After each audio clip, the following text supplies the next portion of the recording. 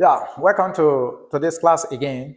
Here we have this challenge here, e to the power of x equal to x to the power of 2. How do we get the value of our x that satisfy this challenge here? All right, so let's take our solution here.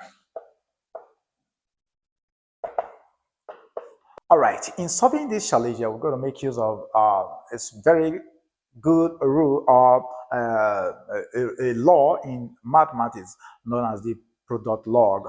Okay, otherwise known as the Lambert W function.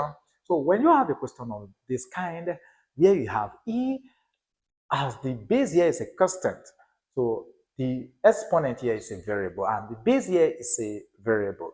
The exponent here is a constant. So how do we solve for the value of x that actually satisfies this? So here, look at this expression. We have our e to the power of x here, right? Equals to our x to the power of 2. So the first thing we do here, we have to kill out this 2 here, this power. And to do that, we just have to raise both powers to 1 all over 2. So we're going to raise this to the power of 1 all over 2. We equally raise this to the power of 1 all over 2. So you discover that this does leave the system. We can use this to multiply this according to the rule where say that if you have your a to the power of m times n, this is equal to your a to the power of m or raised to the power of n, where m and n are not complex numbers. Take note of this. Okay, so yeah, we can now multiply this. If we multiply, this is going to give us our e raised to the power of x all over 2. This is equal to our x here. So we have to make the right-hand side of the equation to be unity. In other words, we want to divide through by x. So dividing through by x, this is going to give us all over x, this all over x. So x here 1, x here 1. So we now have here our 1 all over x times our e raised to the power of x all over 2. This is equal to 1. So if we have this to be 1, we are having e already. Remember the Lambert Wm function says that if you have a star times our e raised to the power of a star and you take the product log, this is equal to a star. So what we have to look at here is this. This number here must be equal to the power we have in here. So let's take a look at this. This here is not equal to this. So what we do, we just have to rewrite this. Apply the law of indices, which says that if you have your 1 all over a to the power of m, this is equal to your a to the power of minus m.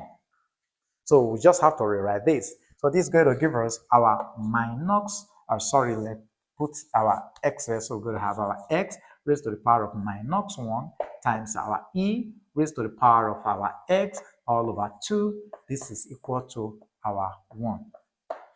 Okay.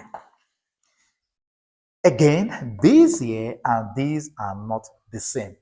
So what we do, let's divide through by 2 because we're having 2 here. So if we divide through by 2, we're going to have this all over 2. We're going to have this all over 2.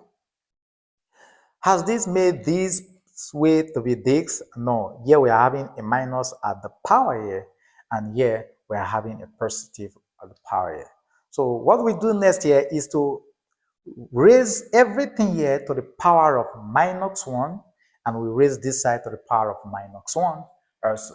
So this is going to give us something like this. Our x raised to minus 1 all over r2 times our e raised to the power of x all over 2 all raised to the power of minus 1 equal to our 1 all over 2 all raised to the power of minus 1 also. Wow. Now, if we simplify this expression and we also simplify this expression, we're going to use this minus to open up these powers here, applying this law. And so this is going to give us something of this kind, 2x times our e raised to the power of our minus x all over 2 equal to our 2. This is what it's going to give you. Yeah, this very expression here. Because 1 to the power of minus 1 will give us 1. Then 2 to the power of minus 1 is going to give us 1 all over 2. So we are having 1 all over 2, which automatically, when simplified, is going to give us 2 here. The same thing happens here, because this minus sign is affecting this, also affecting this. So if you manipulate that, it's going to give you this expression here. All right.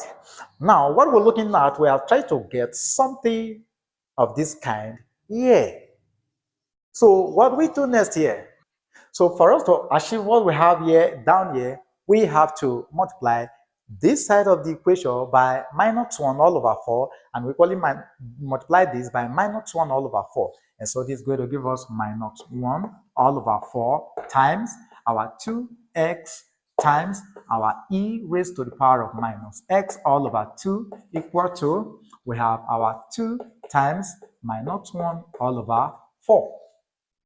So what happened? 2 here will give us 2, 2 here 1, 2 here 1, 2 here 2. So we end up having what here? We have our minus our x all over 2 times our e raised to minus x all over 2 equal to minus 1 all over our 2 here also. I believe there's no confusion here, right? Good. So what we do next here? We have achieved this already. So we can now apply our Lambert W function. And so we take the W of our minus x all over 2 times our e raised to minus x all over 2, close bracket, equals to the W of minus 1 all over 2 also. So what happened? This will be left with our x minus x all over 2 equal to our W of minus 1 all over 2. Wow. So we are looking for our x. So to get our x, we multiply both sides of the equation by our minus 2. So if we multiply by minus 2, then this is going to give us our s. Therefore, will now be equal to minus our 2 W of our minus 1 all over 2. All right, so this is the value of x that will satisfy this wonderful exponential equation. So this is what we're going to see in your option. You're not going to see the numerical value. All right, so this brings us to the end of today's math class. If you learned something from this video, just drop it in the comment section. Thank you for being there. See you in our next class.